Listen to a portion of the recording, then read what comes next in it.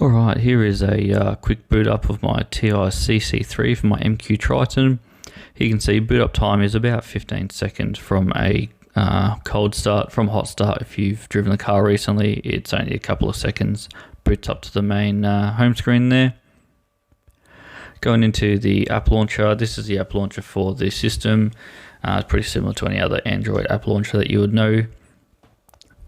This is so any downloaded apps you get from the Play Store, go in here. Talking about the Play Store, this is the Play Store, unlike same as any other Android Play Store that you would see, or any app that you want to download, you can download.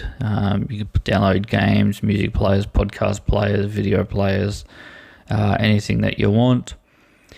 Just an example here is Flight Radar that I've downloaded. You can just buzz around, have a look what's going on.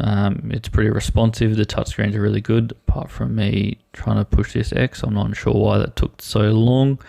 But yeah, screen's really responsive. This is a 128 gig, 6 gigabyte memory, 128 gigabyte storage version. Also have the OBD2 port via Bluetooth, so this plugs into my OBD2 port, and I can use the Talk app or the inbuilt app, but I like the Talk app. Here I can see what things that I want to see while I'm out driving around. Two more apps you can download. YouTube.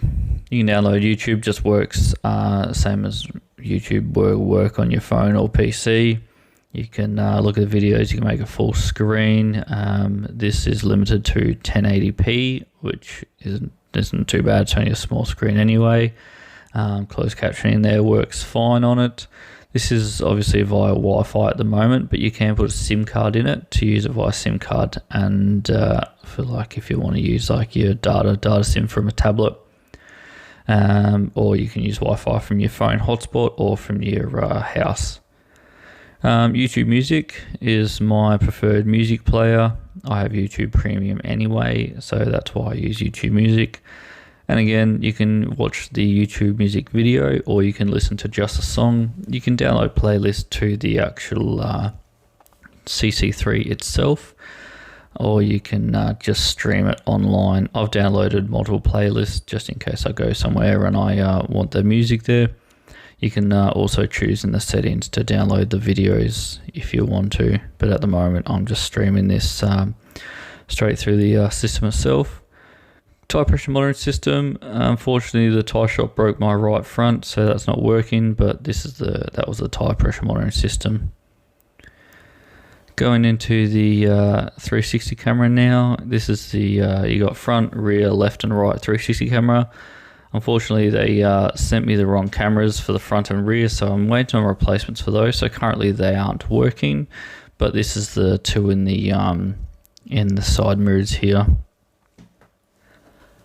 With the 360 camera settings as well, it does record. You can set it to record all 4 cameras.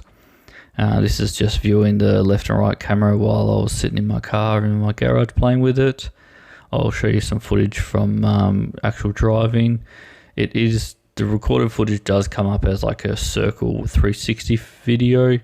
So when you want to view it, you may need to put it into a 360 video decoder or whatever they want, and so it puts it into normal video again. But it does record all 4 cameras as like it would a normal dash cam. Speaking of dash cam, this is the dash cam interface. So I have the dash cam installed under my side mirror. It's not a bad dash cam, pretty good. It records while the system's on. So looking at the fit and finish, this comes with a whole new fascia kit, which replaces the standard MQ Triton one. Fits really well, looks like it's standard, looks stock. The screen doesn't get in the way of anything.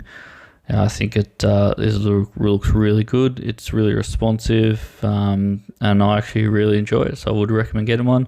I'll put a link below to the full video of the installation that I did on it.